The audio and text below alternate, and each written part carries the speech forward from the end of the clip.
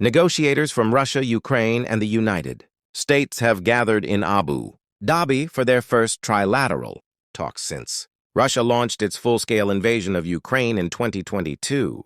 While the format of these talks is new, the core disagreements remain deeply entrenched. The stakes could not be higher, yet expectations remain low.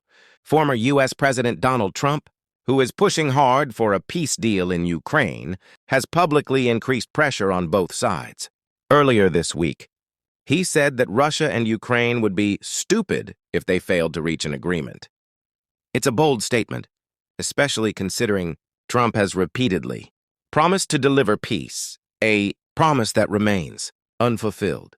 Ukraine's President Volodymyr Zelensky recently met Trump in Davos, describing their conversation as really positive.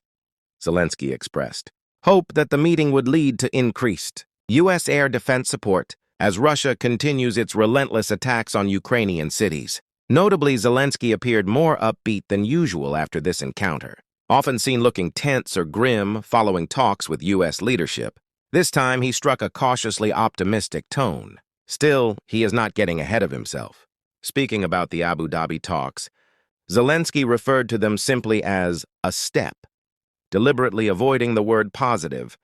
"We have to wish it will push us a bit closer to peace," he said.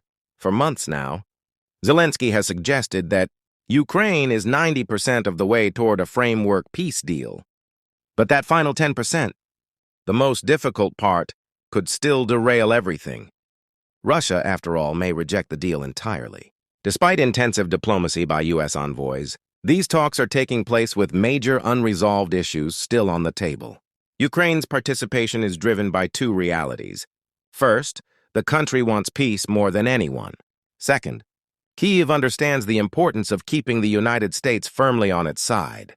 That lesson came at a high cost last year, when Donald Trump briefly suspended intelligence sharing and military aid, a move that sent shockwaves through Ukraine's leadership. At the heart of the deadlock lies territory. Russia insists that Ukraine should surrender. Russia insists that Ukraine should surrender large parts of the eastern Donbas region, territory Russia has failed to fully capture on the battlefield. Ukraine has categorically refused. For Ukrainian leaders, this is not just a political red line, it is a moral one. Politicians often talk about red lines. But in Ukraine, Zelensky says, the line in Donbas is drawn with the blood of soldiers who died defending it. Crossing it is simply not an option. The human cost of the war remains painfully visible. As these talks unfold, funerals for fallen soldiers continue across the country. Rows of military graves line roadside cemeteries,